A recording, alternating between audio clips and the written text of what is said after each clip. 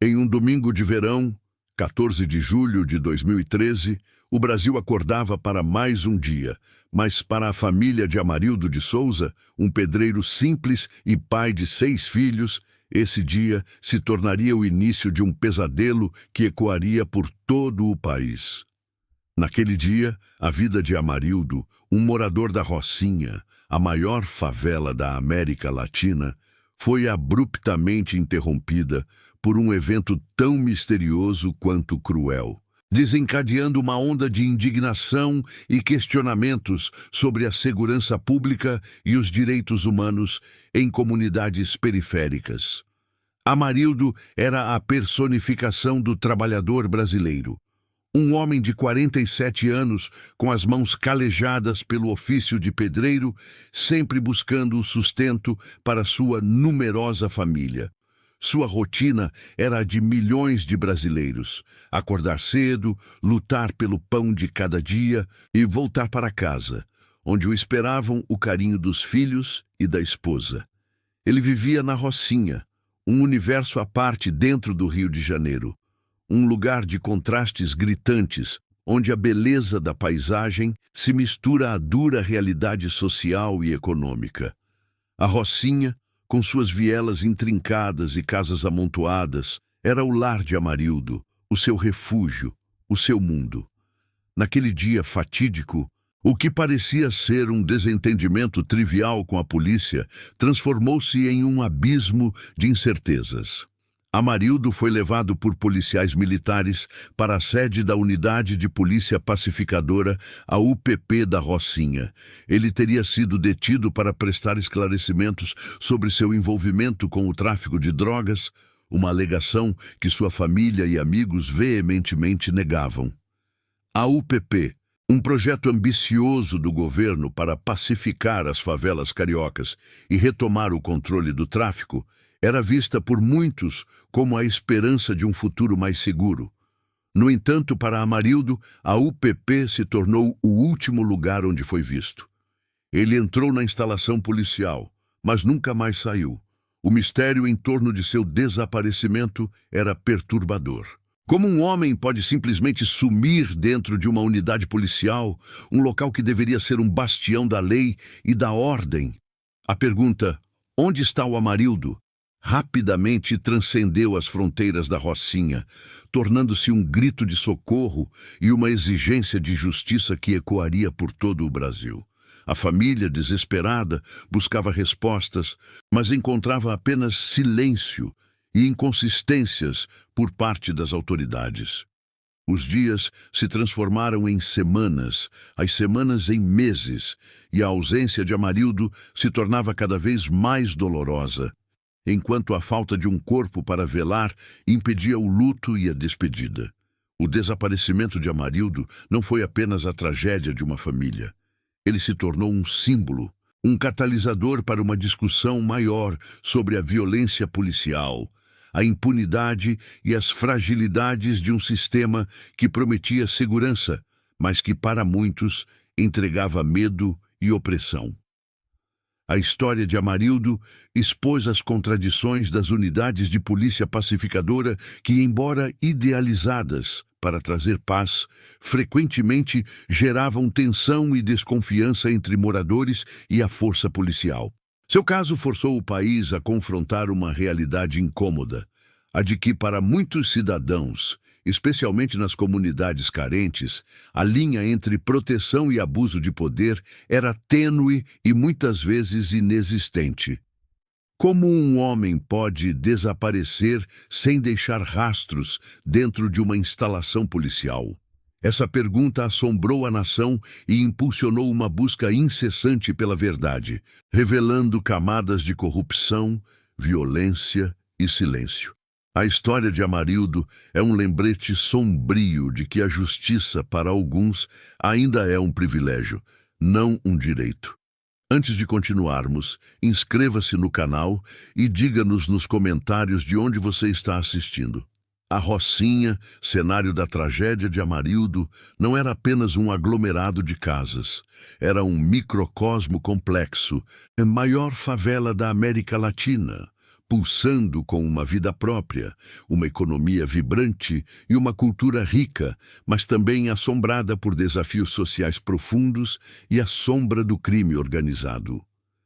Suas ruas e vielas contavam histórias de superação, de luta diária, de uma comunidade que, apesar de todas as adversidades, mantinha sua identidade e resiliência. Décadas de abandono estatal haviam moldado sua estrutura, onde a ausência do poder público abria espaço para a atuação de grupos criminosos, que muitas vezes exerciam um controle paralelo, ditando as regras e, paradoxalmente, preenchendo lacunas deixadas pelo Estado. Foi nesse contexto que, em meados dos anos 2000, surgiu o projeto das Unidades de Polícia Pacificadora, as UPPs. A proposta era ambiciosa: retomar o controle de territórios dominados pelo tráfico de drogas, instalar bases policiais permanentes e, assim, trazer a paz e a presença do Estado às favelas cariocas. A ideia era desmilitarizar a ocupação policial, substituindo as incursões violentas por uma polícia de proximidade, que conviveria com os moradores, oferecendo segurança e, em tese, abrindo caminho para a chegada de serviços públicos essenciais. Prometia-se uma nova era de integração, onde o estigma da cidade partida seria finalmente superado. No início, muitos moradores e setores da sociedade viram nas UPPs uma esperança genuína: a redução da violência armada, a liberdade de ir e vir sem o temor de tiroteios, a possibilidade de as crianças brincarem nas ruas sem o risco de balas perdidas. Tudo isso parecia um sonho prestes a se tornar realidade. A presença policial constante, antes temida, era agora apresentada como um sinal de progresso, um passo em direção à cidadania plena. O discurso oficial celebrava o sucesso das pacificações, com números e estatísticas que pintavam um quadro otimista da transformação social. No entanto, as promessas das UPPs rapidamente começaram a colidir com a dura realidade.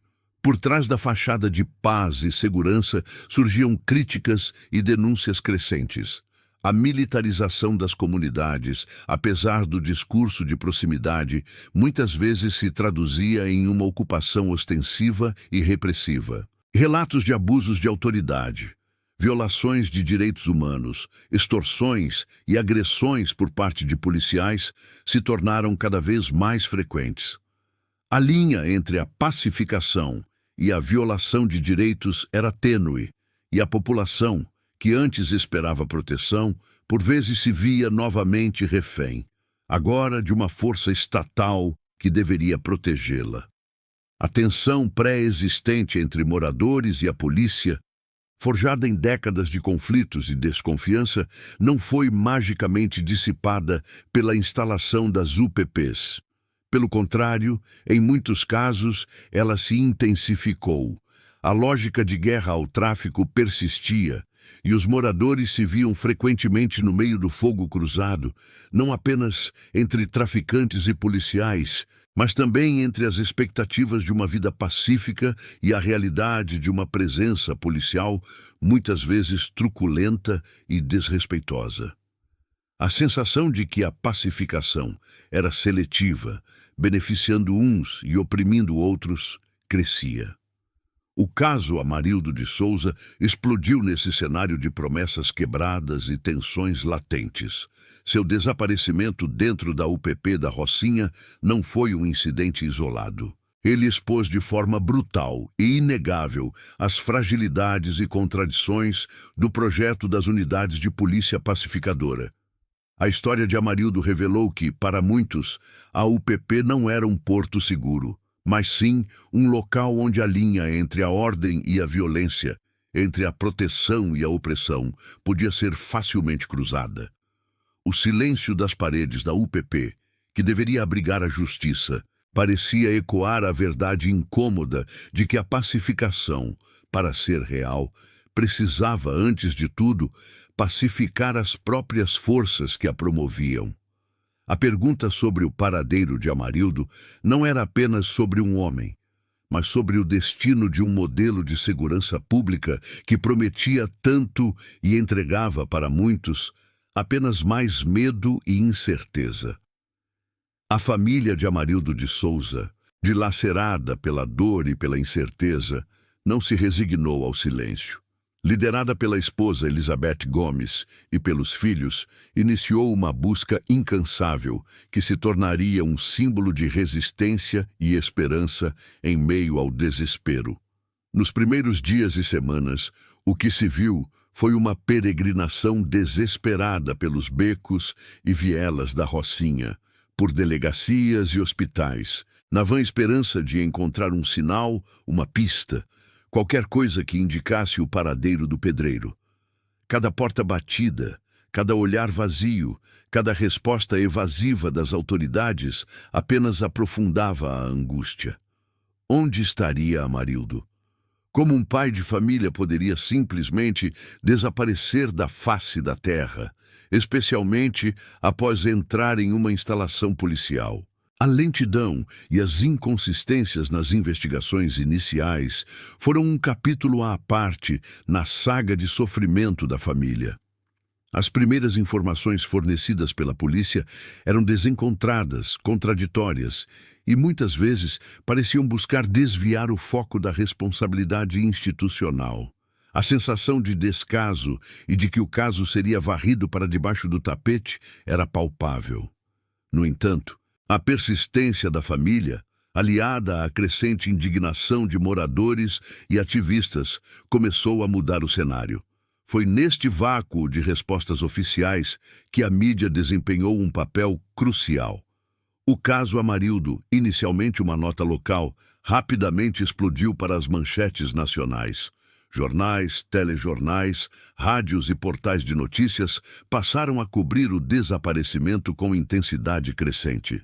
A imagem de Amarildo, um homem simples, trabalhador, pai de 6 filhos, contrastava brutalmente com a narrativa de um sistema de segurança pública falho e violento. A pergunta, onde está o Amarildo?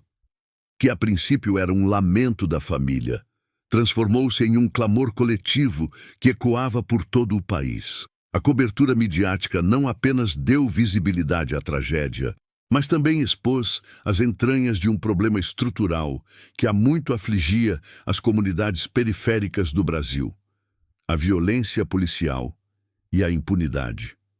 O engajamento da sociedade civil foi imediato e massivo. Manifestações espontâneas surgiram nas ruas do Rio de Janeiro e em outras cidades, com cartazes pedindo justiça e cobrando respostas. As redes sociais se tornaram um palco de mobilização, com a hashtag #ArmsSeen, onde está Amarildo, viralizando e unindo milhares de vozes em um coro de indignação. Artistas, intelectuais, ativistas de direitos humanos e organizações da sociedade civil abraçaram a causa, transformando o desaparecimento de Amarildo em um símbolo da luta contra o abuso de poder e pela dignidade humana. A pressão pública se tornou um motor imparável. A cada dia que passava, sem respostas concretas, a indignação aumentava e a cobrança sobre as autoridades se intensificava. O caso Amarildo deixou de ser apenas um desaparecimento e se tornou um teste para a democracia brasileira, para a capacidade do Estado de garantir a segurança de seus cidadãos sem violar seus direitos fundamentais. A frase "Onde está o Amarildo?" gravou-se na memória coletiva, não apenas como uma pergunta sobre o paradeiro de um homem, mas como um questionamento profundo sobre a justiça, a transparência e a responsabilidade das instituições. Essa pressão incessante, vinda de todos os lados, da família, da mídia, da sociedade civil, foi o que forçou as investigações a saírem da inércia. Ela desnudou a fragilidade do discurso oficial das UPPs e colocou o Rio de Janeiro e o Brasil diante de um espelho que refletia uma realidade incômoda. A mobilização em torno de Amarildo provou que a voz do povo, quando unida, tem o poder de desafiar o silêncio e de exigir que a verdade venha à tona, mesmo diante das forças mais poderosas. A busca por Amarildo era, na verdade, uma busca por um país mais justo, onde a vida de cada cidadão importasse. A pressão incessante finalmente começou a surtir efeito. A indignação popular e a visibilidade midiática forçaram uma mudança de rumo nas investigações que até então pareciam estagnadas e repletas de desculpas. O caso Amarildo deixou de ser um problema local para se tornar uma questão de segurança nacional, exigindo uma resposta mais contundente e transparente por parte das autoridades. Foi nesse ponto que a Polícia Civil e o Ministério Público do Rio de Janeiro assumiram um papel mais ativo e decisivo, com a determinação de desvendar o que realmente havia acontecido dentro da UPP da Rocinha. A nova fase das investigações trouxe à tona revelações chocantes que confirmaram os piores temores da família e da sociedade. Testemunhas, antes amedrontadas pelo silêncio imposto, começaram a falar, impulsionadas pela onda de solidariedade e pela promessa de proteção. Os depoimentos apontavam para um cenário de barbárie. Amarildo de Souza não havia simplesmente desaparecido. Ele havia sido detido, interrogado e brutalmente torturado nas dependências da própria UPP. Entre as denúncias mais perturbadoras estava o uso da caixa d'água como método de tortura, uma técnica abjeta e desumana em que a vítima é submersa em água, quase até a asfixia, para extrair confissões ou informações. Detalhes horríveis sobre os momentos finais de Amarildo começaram a vir à tona, pintando um quadro de crueldade e abuso de poder que contrastava de forma gritante com o propósito de pacificação das UPPs. A cada nova informação, o país mergulhava em um misto de horror e revolta, percebendo a dimensão da tragédia e a profunda violação dos direitos humanos que havia ocorrido. O trabalho conjunto da Polícia Civil e do Ministério Público foi crucial para reunir as provas necessárias. Gravações de câmeras de segurança, embora incompletas e muitas vezes manipuladas, foram analisadas meticulosamente. Registros de rádio da polícia, dados de telefonia e o cruzamento de informações permitiram traçar os últimos passos de Amarildo e identificar os policiais militares que estavam de serviço na noite do desaparecimento. A perícia técnica, inicialmente negligenciada, ganhou nova força, buscando vestígios e evidências que pudessem corroborar os testemunhos. Foi nesse processo que o surgimento de provas materiais e testemunhos incriminadores se tornou inegável. A quebra do pacto de silêncio dentro da corporação policial, um obstáculo comum em casos de abuso de autoridade, começou a acontecer. Alguns policiais, confrontados com as evidências e talvez movidos pela própria consciência, decidiram cooperar com as investigações, fornecendo detalhes cruciais sobre o que ocorreu na noite de 14 de julho de 2013. Esses testemunhos internos foram fundamentais para ligar diretamente os policiais envolvidos ao desaparecimento e à tortura de Amarildo de Souza. A identificação dos policiais envolvidos no desaparecimento e tortura de Amarildo marcou um ponto de virada dramático no caso. De uma nebulosa incógnita, o crime ganhou rostos e nomes. Oficiais da UPP da Rocinha, que deveriam zelar pela segurança e pela ordem, foram apontados como os algozes de Amarildo. A notícia da participação de agentes do Estado em um crime tão hediondo abalou as estruturas da sociedade e da própria instituição policial. A descoberta de que Amarildo havia sido torturado e assassinado dentro de uma UPP desferiu um golpe devastador na credibilidade do projeto de pacificação. O que era para ser um símbolo de esperança e segurança transformou-se em palco de um crime bárbaro. A verdade, embora dolorosa, começou a emergir, revelando as profundas fissuras e contradições de um sistema que, em nome da segurança, permitia a ocorrência de atrocidades. A luta da família e da sociedade civil havia forçado a luz sobre as sombras, e a justiça, ainda que tardia, parecia começar a se desenhar no horizonte. O próximo passo seria levar os responsáveis perante o tribunal, onde as provas e os testemunhos seriam finalmente confrontados. Com as provas e os testemunhos finalmente reunidos e os policiais identificados, o caso Amarildo de Souza avançou para a fase judicial, um momento crucial na busca por justiça.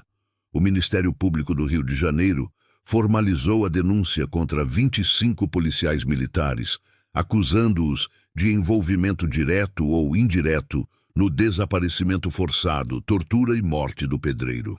Este era um número expressivo, revelando a extensão da rede de cumplicidade e silêncio dentro da UPP da Rocinha. O processo judicial que se seguiu foi longo e complexo, permeado por reviravoltas e intensos debates entre acusação e defesa. Ao longo do julgamento, os depoimentos foram marcados por detalhes perturbadores.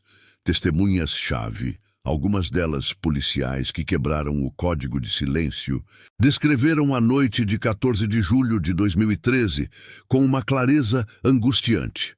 Eles relataram como Amarildo foi levado para a sede da UPP, interrogado sob tortura com o uso da caixa d'água e outros métodos brutais, e como, após sua morte, o corpo foi removido e ocultado na tentativa de apagar os vestígios do crime hediondo. A acusação apresentou um arsenal de provas, desde registros de rádio da polícia que indicavam a movimentação dos envolvidos, até laudos periciais que, apesar da ausência do corpo, apontavam para a violência sofrida por Amarildo. A defesa, por sua vez, tentou desqualificar as testemunhas, alegando inconsistências e pressões, e buscou semear a dúvida sobre a autoria e a materialidade do crime, especialmente pela falta do cadáver. Após anos de trâmites e audiências, a justiça finalmente proferiu suas sentenças. Parte dos envolvidos foi condenada. Em 2016, 12 policiais militares foram condenados por tortura, seguida de morte e ocultação de cadáver, com penas que variaram, alcançando até 13 anos de prisão para o oficial comandante da UPP na época, o major Edson Santos. Outros réus foram absolvidos por falta de provas ou por não terem sido considerados diretamente responsáveis pela morte, mas sim por omissão ou acobertamento. As condenações foram um marco, pois, em um país onde a impunidade de agentes do Estado ainda é uma chaga, elas representaram uma vitória, ainda que parcial, da justiça. No entanto, as penas aplicadas geraram críticas e debates. Muitos questionaram se as sentenças eram proporcionais à gravidade dos crimes, argumentando que a lentidão da justiça e a possibilidade de recursos poderiam, em última instância, mitigar a responsabilização efetiva.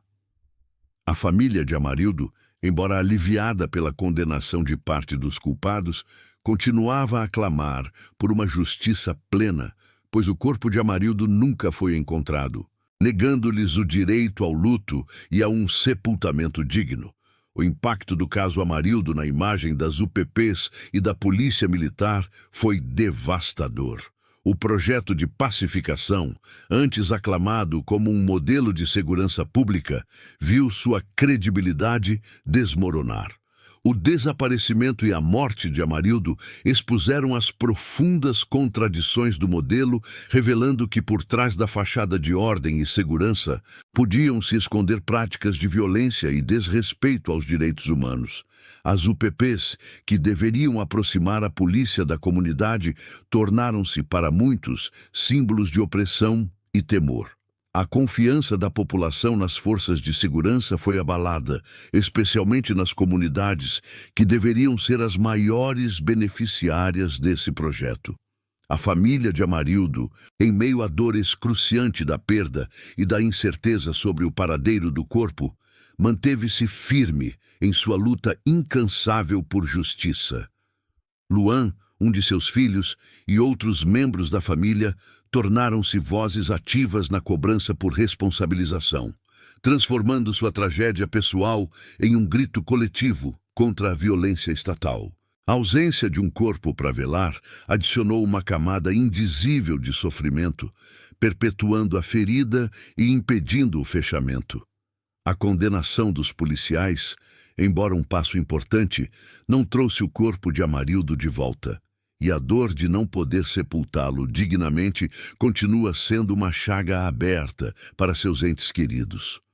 O caso Amarildo, portanto, transcendeu a esfera jurídica, tornando-se um símbolo da luta por dignidade, verdade e justiça, em um país que ainda busca equilibrar a segurança pública com o respeito inegociável aos direitos humanos.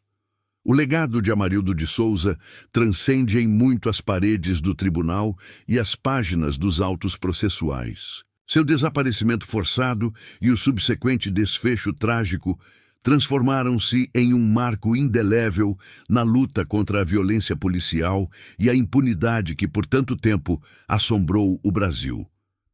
O grito "Onde está o Amarildo?" ecoou por todo o país, tornando-se um símbolo de indignação e um catalisador para a discussão urgente sobre a letalidade policial e as sistemáticas violações de direitos humanos que afligem as comunidades periféricas, especialmente as favelas.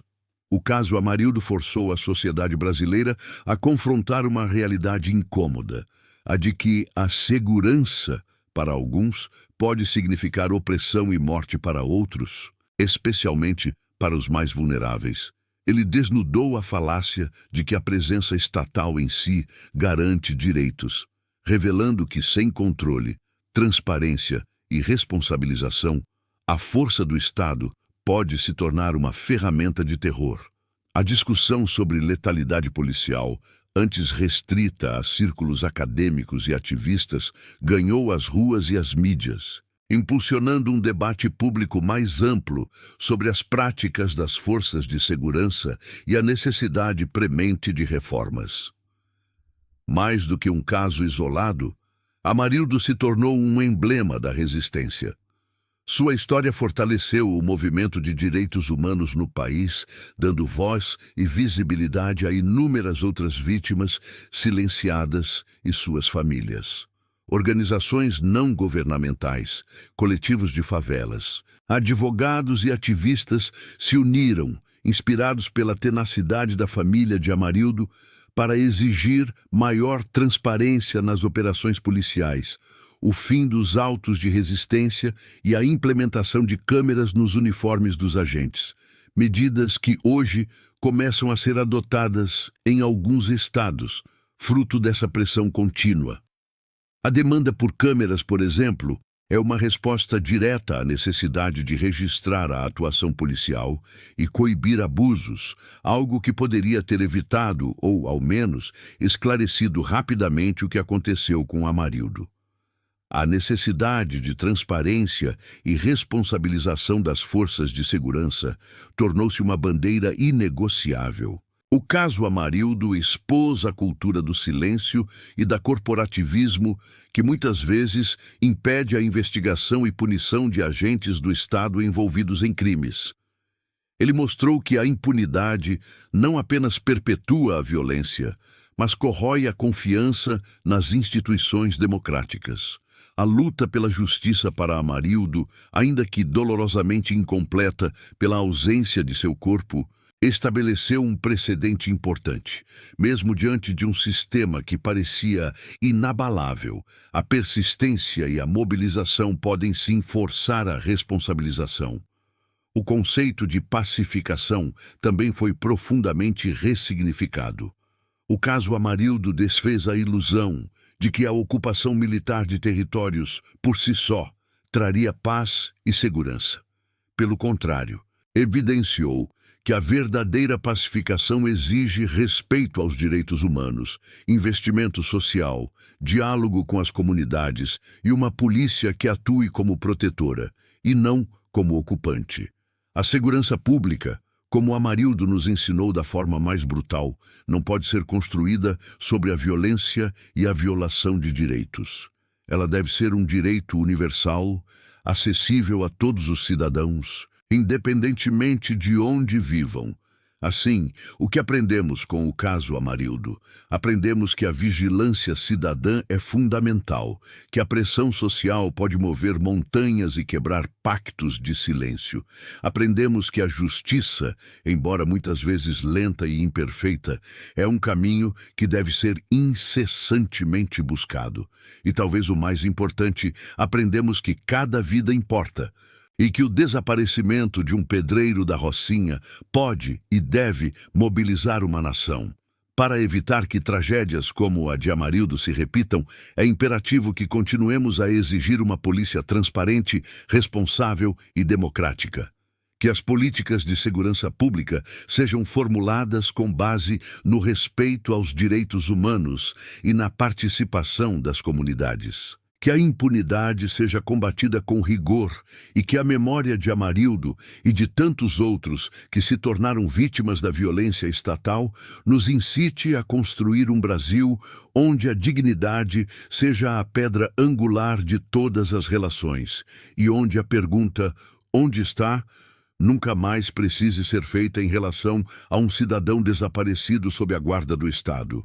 O legado de Amarildo é um lembrete perene de que a luta por justiça e por um futuro mais equitativo é uma responsabilidade de todos nós.